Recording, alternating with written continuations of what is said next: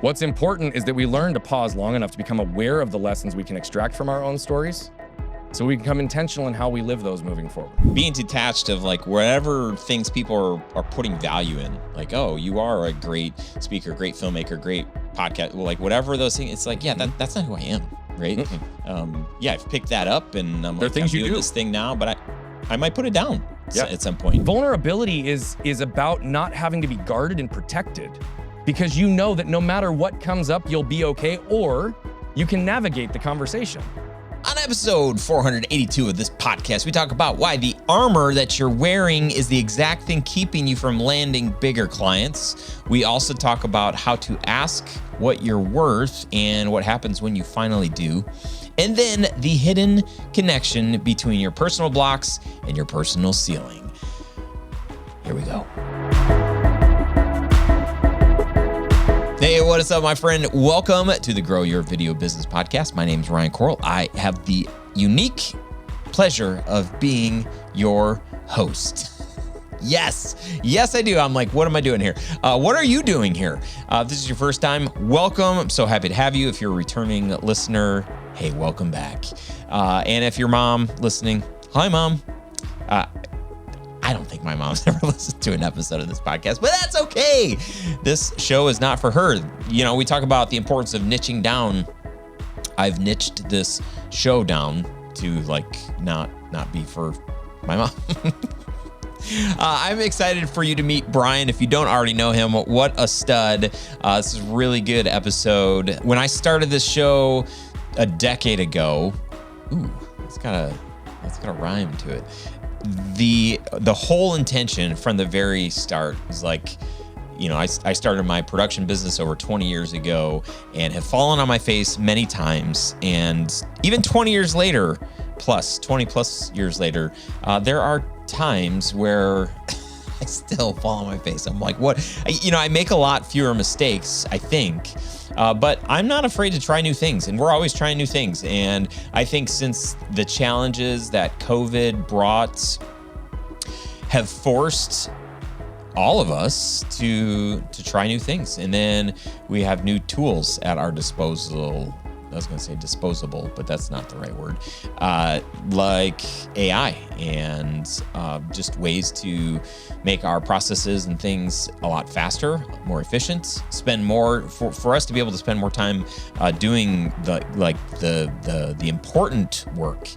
So anyway, my hope is that if you can listen to this episode, if you can listen to any episode and take one thing, like whether it's some inspiration and you feel like, okay, I'm not in this by myself. There are other people out here that are struggling, falling, failing, and winning too. Lots of winning going on.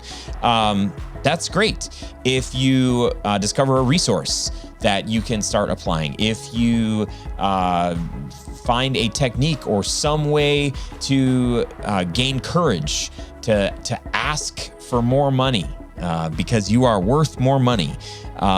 If any of that happens as a result of the show, that is amazing. That's why I started this show, to help you in your business journey. Because let's be honest, I've yet to, and man, if I'm mistaken, I'm sorry, but I think I've yet to meet another filmmaker in this space that runs a production company that went to school and got a degree in business. They're probably out there. I almost got a business degree. I took, I think, 2 business classes, macroeconomics, and I don't remember the other one, but I think my teacher's name was Dr. Rooster? I can't remember. But we used to say, here comes the rooster. Okay, anyway, there's a lot in this episode, so I want to stop taking your time here. But if you have not signed up to the newsletter, I want to invite you. This is one of my favorite things that I'm offering right now, completely for free. I recap these episodes, and then I share a lot of the other stuff that I've got cooking, okay? I'm pretty active on LinkedIn. I'm pretty active on Facebook and Instagram, and I'm the most active and consistent in the newsletter. So you can sign up if you go to growyourvideobusiness.com. You can sign up to the newsletter there and get plugged in. We've got an in-person event coming up later this year for video business owners. We've got a cool app that we're putting some finishing touches on. We've got a live workshop that we're going to be doing pretty soon. I've got a 90-day cohort that I'm going to be leading. I'm also doing a live workshop in 2 weeks. And I want you to have all the details, and I don't want to have to share all the details here because that can get kind of boring, right? You know what I'm saying? Okay. Thanks for being here. Appreciate you. If you like this show, share it with a friend. And here we go. We're gonna press play. We're gonna get through the intro is done. Let's get to the episode. Here we go. What's up, friend? Hey, welcome to another episode of the show. With me today is Mr. Brian Bogert, not Bogart. He is a human connection expert and force multiplier for human good. He's a voice architect, and he is just getting this show started on the right foot. Ton of energy. It's talking about all sorts of things. I'm like, that sounds fascinating. I have no idea what that means, but here we go. Brian, I'm so happy you're here. Welcome to the show. Ryan, man, we've already been having so much fun. I know this is going to be just a blast for the rest of the time. And at the same time, we're going to have a lot of fun and we're going to add a lot of value. I know that your listeners are going to walk away with things that are tangible, they're real. And one thing I can almost guarantee is that there will be at least a perspective shift at some point for everybody listening if you actually pay attention. Let's go. All right. Well, pay attention. If you're driving, don't take, handwritten notes, but you know what I mean. One of the things that I say to all my guests, it's on my little checklist here, is before we get going, I'm like, okay, the one rule is we got to have a little bit of fun. So when I get to that point, and when my guest already says that, I'm like, oh, okay, right. Well, then we're speaking the same language here. So the invitation has been extended from Brian to me. So I'm going to have some fun. We're going to have some fun. This is going to be great. When it's all boiled down, your title, whatever you said, you have a new title that's been given to you. That's an interesting, I didn't say well, who gave you that title?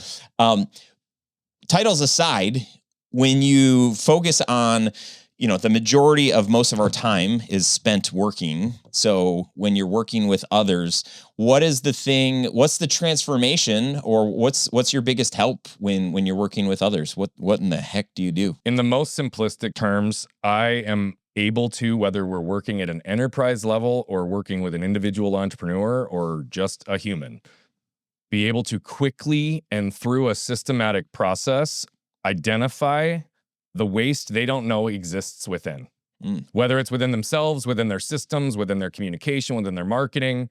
There are a variety of categories that I touch, but what we do is I have this big belief in identifying and removing waste in every area of our lives, because waste is the only time that we're stuck.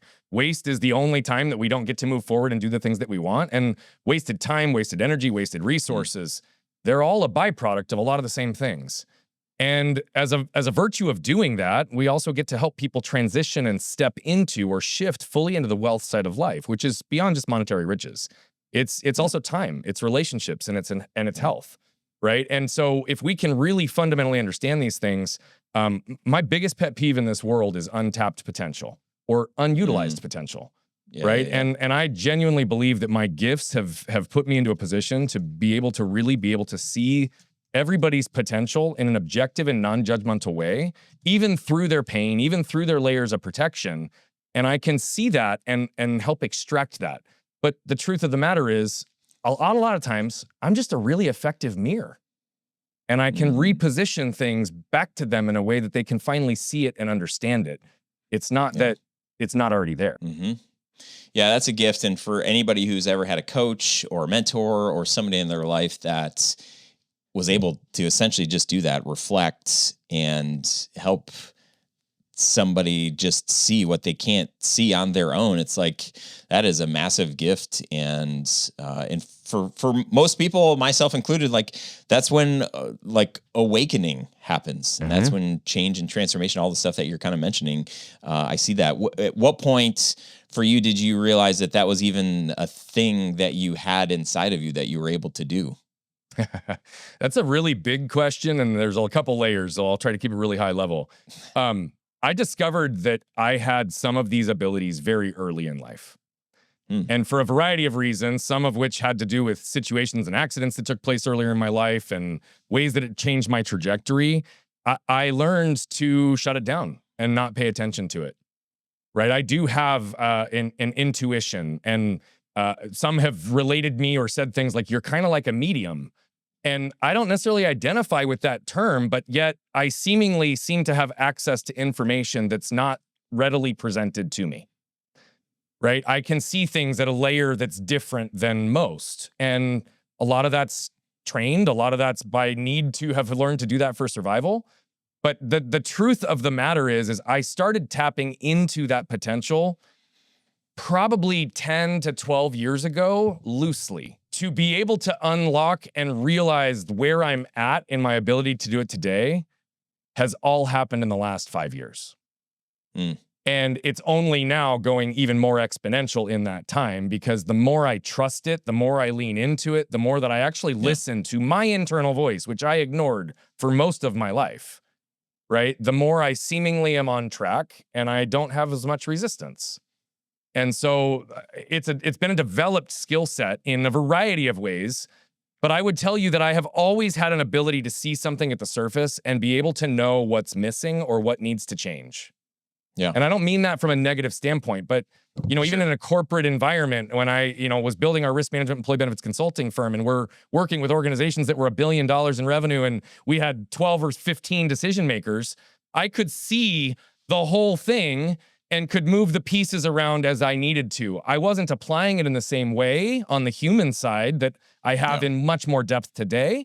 But I've always been able to see patterns really well and identify what those patterns are suggesting or what is broken or needs to break in the pattern to get people back on where they need to be. So I've always had it in some respect. Last 5 years is where I've really leaned into the level that has given me some of the nicknames as well. One of the ones I didn't share with you before that I've loved. There's two actually that are connected to my people work. I've been called a heart surgeon without a blade, and I've been called the 1-second psychologist. And yet I'm not a psychologist, right? But I do study people, and I know where pain exists, where protection exists, and what potential exists behind all of that. So, oh, that's fascinating. So we're hanging out. I mean, we're hanging out with creatives today. My assumption is there's a lot of creative business owners that listen to this show. And as a creative, there are a unique set of struggles that I think that we experience. In your experience, have you worked with creatives before? Yeah. And if so, like, what's one of your favorite transformations, or what things were you able to uncover that probably it's like, there's probably a lot of creatives that experience this kind of thing that I can help with? So the first thing that I want to say is I think our world is really flawed as it relates to even the term creative. Right? I didn't even consider myself a creative person until 5 years ago, even though I'm highly creative and would be considered a creative in many capacities.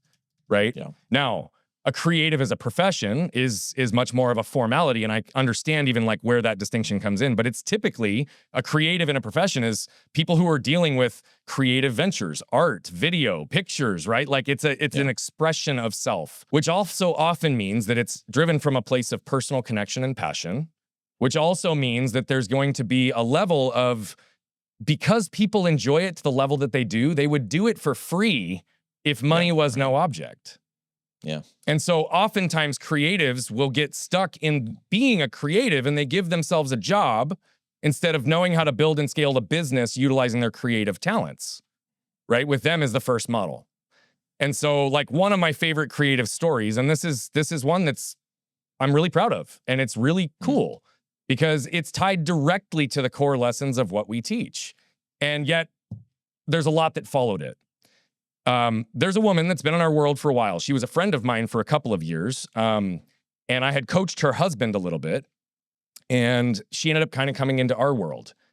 She is, by definition, a creative. She is a video creative. She has an extremely defined niche, and she has penetrated that niche deeply for the last 10 to 15 years. Like, she is known. She is like one of the leaders in the space. She has well over 1 million followers on pretty much every social media platform. Yeah. Listen to this. Okay. She averages 5 to 7 million views per week on her channels, and she averages 300 to 400 incoming DMs weekly. She is deep in this space, highly sought after, highly talented, had never made over 50 grand a year ever before we started working together. I know. She's so defined in the space, she not only knows her end users, but she knows all the vendors and suppliers that work with them.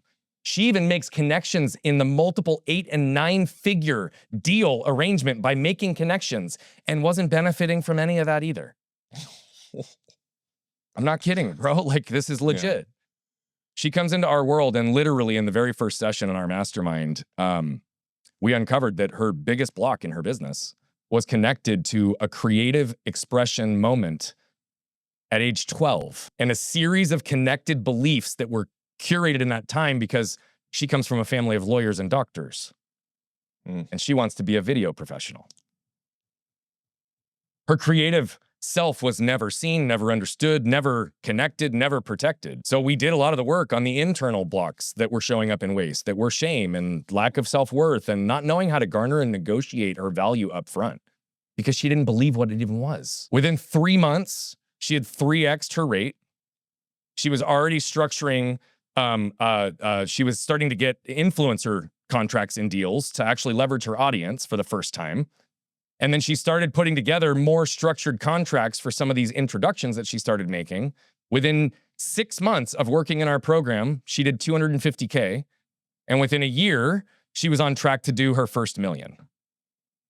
Now, she's hit some different challenges as she got close to that $1 million because she was running solo for this whole time. And the only way to operate at that level is you've got to systematize, you've got to lead, which means sometimes if you don't have a good system and you start putting it in place, it just leads you faster in the wrong direction, right? And so though we were helping and guiding and supporting her, she's gonna surpass 2 million, probably in the next year and a half, as soon as a few more things kick in, just based on her current pipeline. Over 10 years, she built this following. None of her followers were bought. Her engagement rates are through the roof, and they're legit because they're organic, right? And she'd never made over 50 grand in a year, ever. Like, to me, that is tapping right into what I said earlier, untapped potential. This woman is so talented, and in such a unique way. No one's doing what she does. And yet, she didn't know how to value it. She didn't know how to garner and negotiate that in the marketplace. And so that is one of the biggest common patterns I see with creatives. I see that with most what I would call service-based professionals, though. It's not just unique to creatives, but creatives are just even more extreme because creatives have always been the outsiders from the traditional business world. Right? And so there's more of a stigma there sometimes than other types of service-based entrepreneurs, but it always comes back to the waste. And the waste in most cases is tied to what I call trash from people's past. And the trash from people's past is almost always a combination of the emotional triggers, behavioral patterns, and environmental conditions that create a set of cellular memory and beliefs that your life only further validates until you break it. All of us get stuck in these patterns. And are you saying that the breaking like you're in a mastermind and somebody's like, wait, what? What did you just say? Like, you got $1 million? Or is there a different way? The breaking I mean is breaking the patterns that keep you stuck. Yeah. Right? Because that's the truth. I mean, I've lived it myself. We haven't gotten much into my story. We will wherever you ask questions. But one of the big things that I'll even just sit here and suggest is, as a truth, I dealt with shame and anger for a very long time, even though I have operated at a very high level for a very long time. I learned to receive love, validation, and connection through performance, which meant it was always contingent upon what I did instead of who I am. Right. But it also meant that I chased that because my validation, my worth, my happiness, at least I believed, or my safety, was going to be derived by whatever I did on the outside. So I hustled, I grinded, I worked, and I had a $10 million business that I'd built with some partners by the time I was 27. I don't say that with ego. I say it with just truth, because I was still finding myself now with a full bank account empty inside. And this showed up in ways that almost cost me everyone and everything I care about. My wife and my kids. Because my wife would say something as simple as this. And I'll give you a business example as well, because it's all connected. She'd say, "Hey, honey, what do you want to do with the kids this weekend?" But my shame and anger filter would cause me to hear it this way. Hey, honey, you've not done enough to be a good husband and father here recently, so what do you do to make up for it this weekend? Well, you better damn well believe I'm going to defend that because I'm a great husband and father, and I'm going to rattle off the 10 things I've done in the last few days just to show her I'm a good husband and father. That wasn't even what she asked, right? The number of times I reacted to an associate in my business, or I didn't know how to set a boundary and hold people accountable, or to actually like value myself enough to not get emotionally or financially extorted. We're all connected to the exact same things, and that happened to me in business also. While I still have had a lot of external success, and I'll continue to have more. Just like I'll have more failures, I just hopefully have less and less and less failures because most of those now are just experiences with lessons attached. Wow, dude. Jeez. So much here to unpack. For like in your own story, what was your, I mean, well, I don't know. I shouldn't make assumptions here. I was going to say you weren't in a mastermind, but I don't know if you were. How did you identify like your own struggle, like where you were stuck, and like what did it take to overcome that? Was it just like a decision and it was like, okay, like I just broke through this? What take us there? So I'll hit the tops of the waves, and I think it's probably important to give a little bit of context because sometimes understanding source and early patterns help answer the later part of this.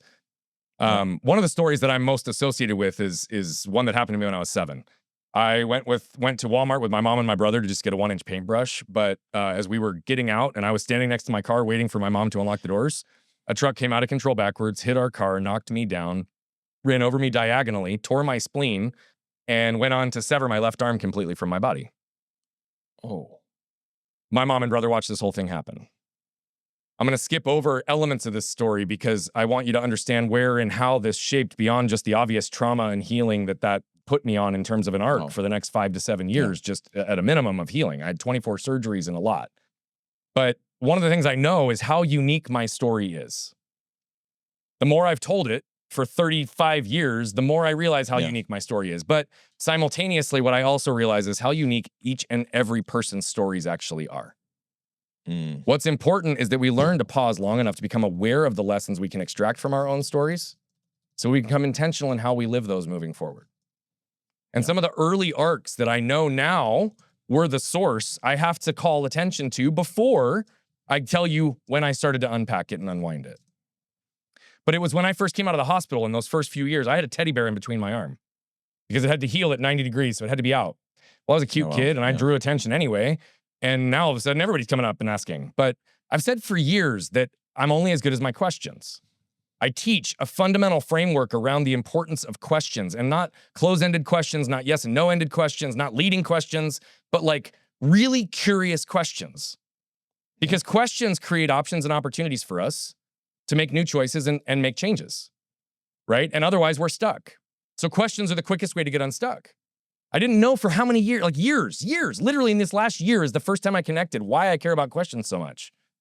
It's because those first year or two out of the hospital, when I've got that teddy bear in between my arm, when I'm healing, 80 to 90% of people just stared. They didn't even ask. They didn't give me the chance to tell my own story, to give my perspective. They wrote it for me because they just assumed, right? Then when those people were brave enough to come and ask, this was the second thing that happened. What happened to you? I was run over by a truck and my left arm was torn off. 99% of people, after they picked their jaw up off the floor, would pause and they'd turn to look at my parents for validation, which told me what? They don't believe me. Yeah, right. They don't believe my own story that I'm living and existing in right now as we speak. And then once they accepted the truth, because my parents, of course, always validated it, they would then start to view me through their lens of what they'd be capable of in my situation, immediately telling me all the things I was and wasn't going to do for the rest of my life. Oh, wow. Now, I know for a fact that any number one of those things that I just gave, though that was unique to my situation, almost everybody listening has felt all three of those same things. Had people stare, write their story for them, overlook them, not understand them, not be able to relate to them, not even try. Then once they have the chance, they don't believe them. They still undermine them. They still don't want to accept it. They still won't believe whatever that person is telling. And then lastly, no one I know likes to be told what they can and can't do. And so what I tell everybody is, look, like, I don't know what it's like to be a woman. I don't know what it's like to be transgender. I don't know what it's like to be a person of color. But I know what it's like to be the only one in every room I walk into. Yeah. And I know what it's like to feel that level of isolation. That developed a huge amount of shame and anger. Because why? I learned very early that I needed to protect myself. It started to unwind when I re-broke my arm at 20, and I almost lost my arm again. And I went 10 months with my arm hanging by my side. And that was the first breaking point in my pattern.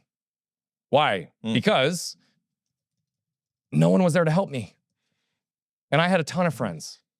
And a lot of people I'd done a ton of stuff for. And after a few months of getting resentful and frustrated, I had to surrender to the fact that the world just bought into the power of the narrative I set, which was Brian's good, Brian's strong, Brian's capable, Brian can do anything himself. See, I armored up Fort Knox so thick, not even my own parents knew how much I struggled ever. Because I was going to handle everything. I was going to prove to the world that I could do it. And I was really proving it to myself, right? But I tell you these things because 27, I told you, I found myself in that moment. It was the time I hired my first coach. And then I would tell you that the last 13 to 14 years, it's been a gazillion little moments, right? But it was 5 years ago that I understood the impact of my reactions on other people. That was when I almost lost my wife and my kids. And that was the moment that everything changed. Because I tell people, and I've said this for 20 years, I'm a husband and father first. It's the only thing binary. But the truth of the matter is until about 5 years ago, though I was a good father, though I was a good husband, and I would have stacked myself up against anyone, right? I also was unintentionally creating damage in my family because they were the only ones that even knew I had anger. And that's not something like I was willing to sacrifice. So I shut everything off. And that was a big part of the initial healing. But here's where it also opened up. I learned two really powerful lessons in that time that are now a core to everything that I teach as it relates to human connection and identifying waste and all these things. It comes down to very simple things. We all seek and desire four things. We all want to feel safe. We all want to feel protected. We all want to feel seen and understood. And we all want to feel connected. I've yet to tell that to a human where they've said, no, that's not right. Everybody's like, yeah, those are the four things we all want. Yeah. Right? But we all want these two the most. We want to be seen and understood and connected. But if these first two don't happen, then it doesn't happen. So what happens the first time you walk into a place and you don't feel safe and protected? It could be a networking event where everybody's handing out business cards and everybody wants something from you instead of for you. For you creatives out there, it could be that time when the person that you're trying to bid and win their job for says, well, I've only got $2,500 in the budget, and I think that's all you're worth. And what that does to cause you to react, right? Or maybe going back to your family's house for the holidays and your dad, your aunt, and your grandma, you know are going to make you feel a certain way, and weeks out, you're like, how do I avoid them? How do I orchestrate this whole bit? That's armor. Because the second you don't feel protected, you protect yourself. So imagine a 35-gallon black trash bag out in front of you. Flat. Not open like in a bin. Flat. That's your armor. Now the question becomes, Ryan, how could you properly expect anyone, the people that you love, spouses, kids, friends, right, clients, to see who you are, what you're willing to do, what you're not willing to do, your heart, your intent, your soul, your desires, your boundaries, your value, your worth, your gifts, delivered through an opaque force field. And that's assuming that they're not carrying their own that's going to further dilute the message. Because we're always competing with two layers of armor, because that's what we do as people and humans. Yeah. But the reality of it is that freedom does not exist behind protection, even though that's what we convince ourselves. That's where control comes from. That's where perfectionism comes from. That's where overperformance and hustle come from. It's all coming from a place to try to prove, justify, protect that I'm worthy. At the fundamental basis, it's all what it comes down to. Now, why and how it shows up for each person is different. So we teach this ability to be able to drop the armor because it puts you into what I call the protector and connector phase. And to do that, it requires you to be able to have a strong spine and a soft front. What do I mean when I say that? Strong spine is I know who I am, what I'm willing to do, what I'm not willing to do, my heart, my intent, my soul, my desires, my value, my boundaries, my gifts. And I can be unwavering in any environment because I know that as truth for me. Have you seen the movie 8 Mile? Oh, yeah. Come on. You know that last rap battle with Eminem? And he's like, I did grow up across the tracks. My buddy Bob did shoot himself, blah, blah, blah. What does he do at the end of that? He drops the mic, and what does his competition have on him? The whole movie, everything he's being judged, criticized, absolutely beat up for. He just completely owns at the end, and now he's standing in freedom and power without any resistance. The second you can put yourself in life in a place where you have nothing to justify, protect, or defend about yourself, about how much you charge, about the quality of your work, about your integrity, about your ethics, about any number of things, the second you have nothing to protect, justify, or defend, you are free. And I think of the soft front with my wife and my kids, because the only way you can have that and be free is to be open enough to receive. They want to come to me for love, light, leadership, laughter. Do they want to lay their head down on a metal chest piece of armor? No, nobody does, because we can feel the armor when it's there. And so here's the other side of this. When armor exists for yourself or for someone else, it will always dilute the message. And so here's the big difference. The world will never judge you based on your intent. The world will only ever judge you based on what your words, actions, and behaviors communicate, even if you're not aware of it. That's where I found myself 5 years ago. I almost lost everything because I was genuinely unaware of it. But once I saw it, I could not refuse it. My wife and my kids, like the idea that I would have done anything, they would have done anything other than keep them safe, protected, loved, still crushes me. But I sit here today with a very different story. My wife and I have been together for 20 years. We hid from each other unconsciously for 14. And she's only felt completely emotionally safe with me for just over 4. But it's also not a coincidence that we've got the best life, the best business, the best flow, the best intimacy, the best communication. We've reversed generational patterns in the home, and my kids don't even remember having an angry father. Now, you might all be asking, well, what does this have to do with business and being a creative? Everything. Because the biggest reason that you may struggle to monetize or grow your business is because you don't have that strong spine. You don't know your value, your worth. You don't know how to position your gifts. You don't know how to live in a way that is unprotected when you are being challenged for your quality, your ethics, your ability, your creative talent. We want to protect viscerally, but yet we don't realize that the second we protect, we guarantee we will disconnect from the two things we want most, which is to be seen, understood, and connected. By the way, that's how you lead to sales also. Like when people can be seen and understood and connected, and it's kind of a two-way street, right? But like, that's what has to happen. Because the second you protect, you guarantee you will disconnect also from who you are and what you want, period. I wish you were like a little more passionate about what you talk about. Yeah, I know. I've been described as a delicate flower and really lame in my presentation. Like I just don't have enough energy. I get it. And especially that I talk way too slow. I mean, it's people just can't keep, they just fall asleep. I get it. Oh man, there's just layers of potential freedom in everything that you're sharing. I know it's resonating. There are parts of this that are resonating with me, part of my own story, personal life, work stuff. Man, I'm just trying to think, and I completely agree. Like when I have shown up, I've discovered recently, I've always known that, I'm not afraid to share like real stories, like vulnerable, like here's when I failed. Like I started this whole show with like, hey, the point here is I've got a lot of things I messed up and I can share those and help people.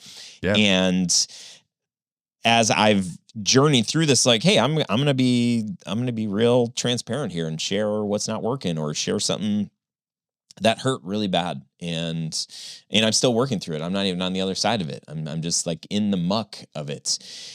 And what I've seen as I do that is it gives permission for other people to think like, oh shoot, if Ryan, like he's the guy, like, I host an event and I got all these people coming from all over the US and Canada, whatever, come to my studio and I open with like a real raw story.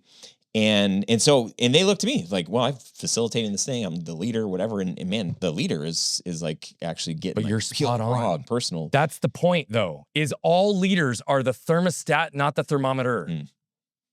So if they show up protected, guess what? They disconnect the whole room as the leader. So you're fundamentally understanding this. I didn't mean to interject, but like, bro, that's so true. And what I will say is that my stated reason for existence at this point in my life is so crystal clear. And this has come in the last 5 years. It's to allow my truth to give others permission to live theirs. Yeah. Yeah. Like exactly what you just said. I have never regretted being vulnerable and sharing something that felt uncomfortable. And the more you do it, the easier it gets. And the more you start realizing it actually creates a gravity in your aura, in your presence, in a way that you can't explain certain things that happen that used to be things that you would just absolutely expose and exhaust every part of yourself to get to. right? It's like, it doesn't have to be so hard, people. Yeah. Yeah. But the story that we tell ourselves over 15, 20, 30 years is that if I show up like this, here's what's going to happen. I already know what's going to happen. Yep. And man, what it's really sad. Right. I love the work that you're doing. I mean, as I'm hearing, and getting to know you more, I'm like, oh yeah, there's a lot of like overlap in the things that we care about in the things I've discovered about myself to realize like, wow, I can give permission to people. I just beginning of last month, I started showing up on social. I hardly ever post anything about business on Facebook. It's just like mostly personal stuff. Yeah.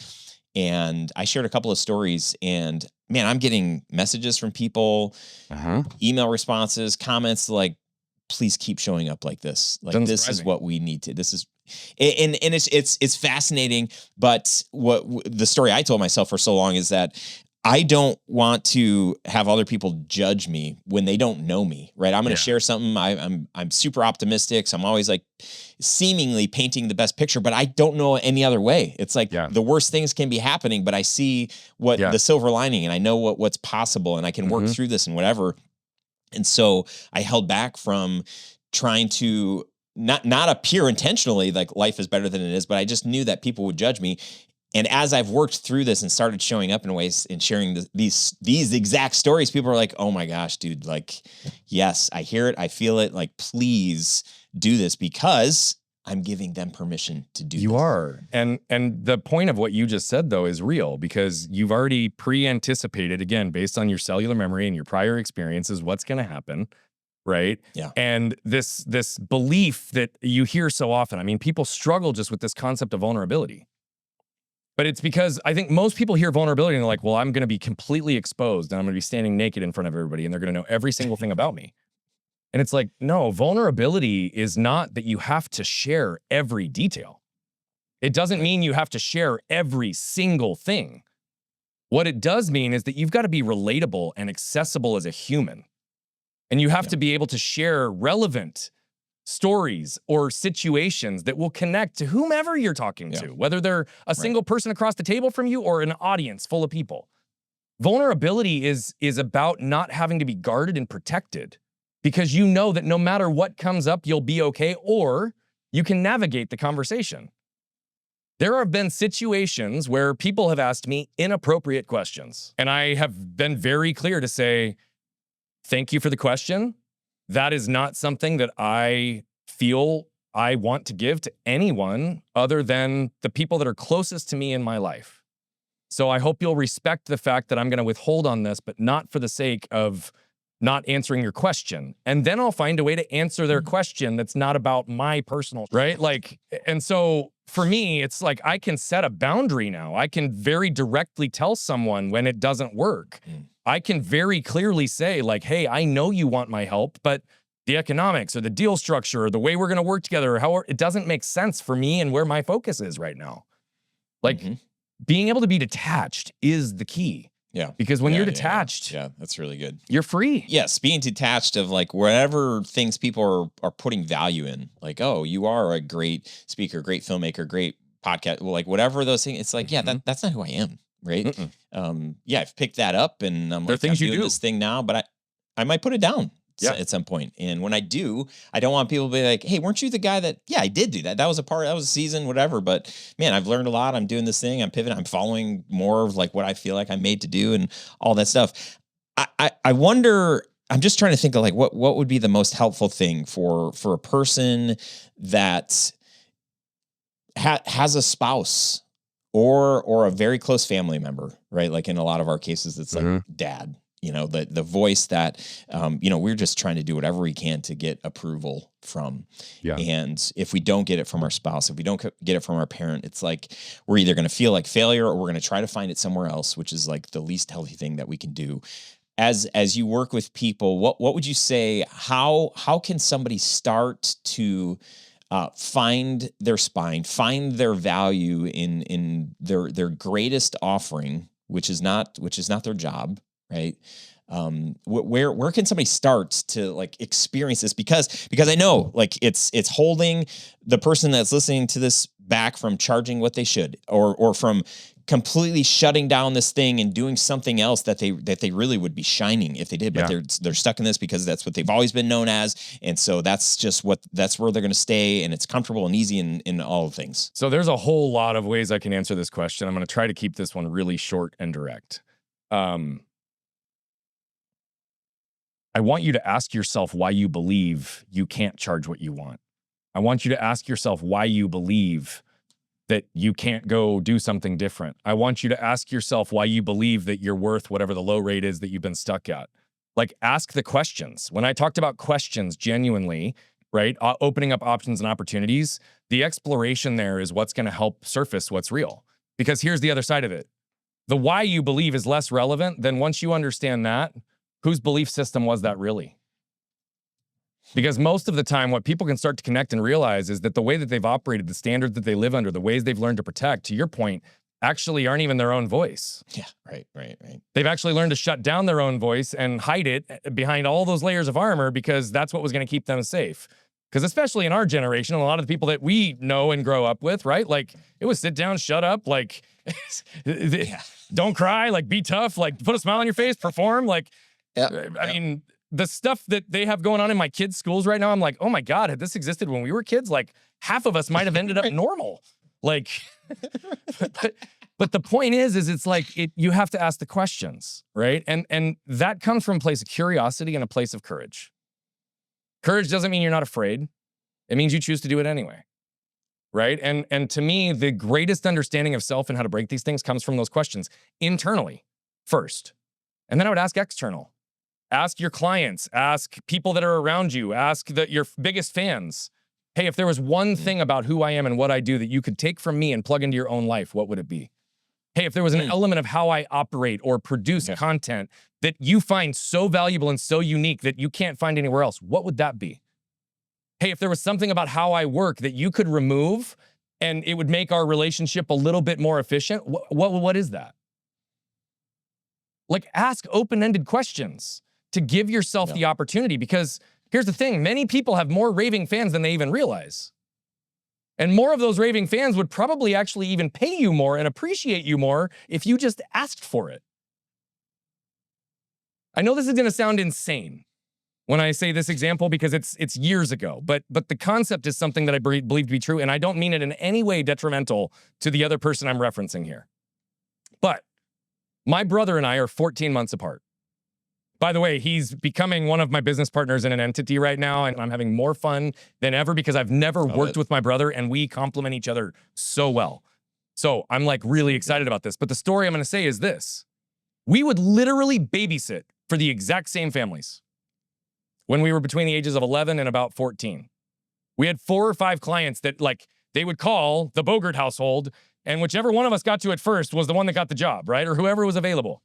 Yeah. Right. We'd go babysit for the same families, and I'd come home with 3 times more money every single time. Yeah. Why? Because I asked for it. Because I didn't feel the need to apologize at that point in my life for the earnings and the things that I did well. Right? I've always been able to earn at a high level because I'm not afraid to ask for what I want. And if they say no, I'll adjust to it. But I also now know my value enough to realize the things that I don't want absolutely. And I don't even engage in those places in the first place, right? Yeah. So as simple as that analogy is, the literal only difference was that I asked for it. Yeah. And if you can apply that to your own life and you even ask that same question, what if I just asked for 2 times my normal rate? I was just having a conversation with somebody the other day. I do a pretty high level of consulting with organizations as well. So I don't just do like coaching and speaking, but we've got many contracts that we're on like a $20,000, $30,000 retainer, and we're doing high level work across the system in the enterprise. And I don't say that with ego. I say that to say like we're so blessed with where we're at in our life and the things that are taking place. But in this, it was the first time in a long time I had a contract that I landed in October. It was a big contract, and I said the number thinking that it was going to be insane. And the founder and the CEO instantly said, yes, I'll take that deal. And you know what I said to myself immediately? I was like, did I like way undershoot that? Like, and it wasn't in any way in regret because I don't have any issues with what the structure is. It's I'm good. We're making plenty of money. Like, and it was a great deal for us. But fast response is always like he didn't even flinch. Like not even a rounding error flinch. Like nothing. Like he's like, yeah, I'll take that deal. And so what that says is, one, he knows the value that I'm going to deliver, and he knows that I'm going to outweigh that value. And oh, by the way, that contract landed in October, and I've already 20x'd what they've invested in the contract so far in savings or new revenue in their business. So like already it's paid for itself. But again, I've been doing this long enough at all different levels in what I teach that the second there was no hesitation or discomfort from him, that's when I knew I undershot myself, right? And this is something that I think a lot of people could benefit from because it's the questions that open and create the change. Yeah, it reminds me of the first time we had a client. We had done a couple of smaller jobs, and she had asked me, "Oh, I got this, foundation. We do this thing. It's a multi-day thing. Can you give me a quote on this?" I'm like, "Man, this sounds like an amazing project." And I start doing the math, and I'm like, "Oh my gosh, like this is going to cost over $100,000." And I sent her the email proposal estimate. It was I took a few $1,000s down, and I'm like $99,600 because I just couldn't hit six figures. And she messaged back and said, "Yeah, that's about what we were thinking." And I was like, "Oh, okay." I thought she was gonna say like, "No way, you're crazy." She ended up adding other things, so it did hit six figures, but that whole idea is like you don't have it because you don't ask for it. We're afraid, right? There's a lot of fear. Well, what are they gonna? They're come back and like say. Well, what's the worst thing that can happen? They say no. I know. And then you find what works. You backpedal it a little bit, and you haven't anchored yourself in too low. I know. Right before this, we had our mastermind call. One of the guys was like, he was on the hot seat. He's like, "You guys help me. We just lost this job. I bid $32,000 or $23,000. They ended up hiring somebody for $3,500. He's like, "Am I like what? Like, help me. Why am I charging so much? Or what? What do I need to change in my business?" And as we unpacked, it's like, dude, we all would have, based on that, we would have charged something like that. You didn't ask enough questions. Yep. And to really understand, they hired a freelancer because they thought that's all that they needed. You're trying to come up with a solution without asking and getting to the heart of what it is. Yep. If they would understand, or if you would have understood that, oh, that's all they need, you could have just hired one person and given them a competitive quote. But again, it comes back to, really not trusting what your worth is, what your value is as an agency, and all not these wanting to really things, challenge with the questions. Like you said it perfectly. But here's the funny part about that as well is, if you're going to charge $23K for something and someone hires someone else for $35K, consider yourself dodging a bullet because you don't want them as a client anyway. They are not going to operate at your level of value and delivery. They won't value it. They won't appreciate it. There will be resistance in the relationship, even if they pay you. Right? You want the situations where someone says, "I'll take that." Because to me, the return on investment happens instantly in that moment. They already think they got a deal. Right. And so, but here's the thing that most people struggle with. If you're charging $25K for deals, you need to figure out really quickly whether or not they're an actual prospect that has the ability and desire to pay $25K and who values the work product that $25K is going to produce. And if they're not, you need to end the conversation gracefully before you ever get into a competitive or disappointment situation, because they're not the right client fit anyway. That's really good. And yes, that's where I said it starts on that first call. I'm not going to say his name, but he's listening. I know he is. Brian, I'm so mad. We're already at time. How can people connect with you, follow along with all the things that you've got going on? You can, I've made it really simple. brianbogert.com/connect. You can get all my social channels. You can get the history of our podcast. You can get into our mastermind. You can text me. You can email us. You can get everything you need. I used to give 2 or 3 different things, and now I'm like, no, it's just there. Go there, and you'll get social media, you'll get online, you'll get communication and access. Now, I will fully admit, for the first time in 5 years, I have not posted on social media in almost 6 weeks. How dare you? I know. Now, there's Who do you a think lot you of are? reasons why, and there's a big shift that's happening in a really positive way. And so it is all with intention. But I am a big believer in stage theory. I'm a big believer in repurposing and distribution. I'm a big believer in the amplification through assets and how we can utilize that digitally. I teach it. I've lived it. I've been there. But I am saying, if you go find anything today, this will be the first time in 5 or 6 years that we haven't posted at least 5 days a week within a week structure. So, and typically at a very high volume. So we are not actively posting, but we are actively doing and building a lot right now. And so please follow, please connect wherever we can help. That's what we're all about. Love that. Okay, so we talked about a lot, and there was so much more. I'm like, there's got to be a part 2 at some point down the road. How do you want to leave us today? Well, I'm going to leave you and I with one thing very clear. A second is a guarantee, because I told you I wanted to have fun, and that did happen.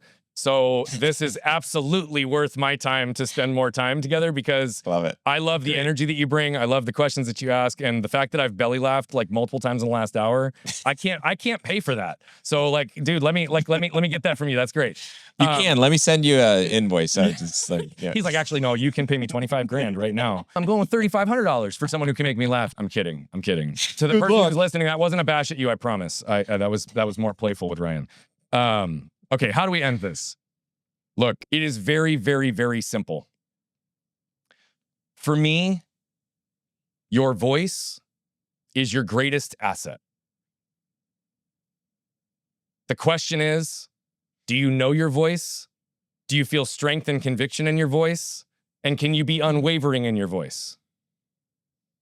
And then secondarily, does your business, does your communication, does your social media, and does your content capture and amplify your voice? If those things aren't clear, it's the first thing I want you to get clear on. Your voice. What do I stand for? What do I say? What do I teach? How do I teach it? What do I believe? What's my value, my worth, right? All the pieces I said with that strong spine. If you don't know how to get there, I can absolutely help you get there. But if there's one thing you walk out with, and even more so in today's world where everybody's handing their voices over to AI and it's just diluting it and blending in with the crowd, your voice is your greatest asset. And it's video editing and creative work is getting more commoditized because of AI. People are craving more leadership. They're craving more connection. They're craving more wisdom. See, here's the reality. The world today, anyone can access knowledge, and most people can apply knowledge. What people need is wisdom. That's applied experience deployed in a way that's accessible to others. So whether that's through your creative profession and medium or through your voice and your words, either way, that connection piece with humans is going to be the difference maker in the next decade. I agree 100%. That was not my AI voice. That was beautiful. Man, thank you. Thank you so much for sharing your story and your passion. You have a gift, and I appreciate we're on the receiving end of that today. So this was a ton of fun. You delivered. Thank you. Thank you, my friend. I appreciate you pouring into the world and creating a platform for me to also be able to pour some good into it and keep giving others permission through the way that you live and lead, brother. Hey, thanks so much for tuning into this episode of the Grow Your Video Business podcast. If you got something out of today's conversation, do me a favor, share it with a friend or post it on your socials. Tag me at Ryan Coral or at Grow Your Video Business. I'd love to know what resonated with you. If you've got a question or takeaway, drop a comment wherever you're listening or watching this. You can also shoot me a message. I read every single one. And hey, if you haven't already, make sure to subscribe so you don't miss the next episode. We've got more stories, strategies, and behind the scenes insights coming your way to help you build a business that you love. Keep creating, keep sharing your story, and keep showing up. I'm cheering you on. Thanks for watching. Thanks for listening. See you next time.